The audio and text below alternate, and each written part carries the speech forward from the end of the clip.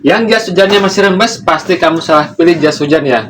Nah, kalau pilih jas hujan tuh yang kayak gini, yang nggak ada sletingnya, jadi aman di sini, nggak bocor lagi, nggak rembes lagi di bagian depan sini. Walaupun bahannya bagus nih ya, tapi kalau ada sletingnya pasti ada celah di sini dan bisa merembes ke bagian sini. Nah, ini jas hujan dari Kanzen, model hoodie. Di bagian lehernya juga rapat untuk mencegah air masuk ke dalam leher, dan juga ada kupluknya di sini. Nah, di bagian belakang udah ada spotletnya, jadi aman untuk dipakai di malam hari. Untuk celananya ini udah dijahit dan ditambah lagi sama dipres ya, dipres, disil, jadi dia lebih aman dan gak bakal rembes nih. Ini harganya terjangkau banget, lagi promo, bisa COD, gratis ongkir, jadi udah di check out sebelum kehujanan.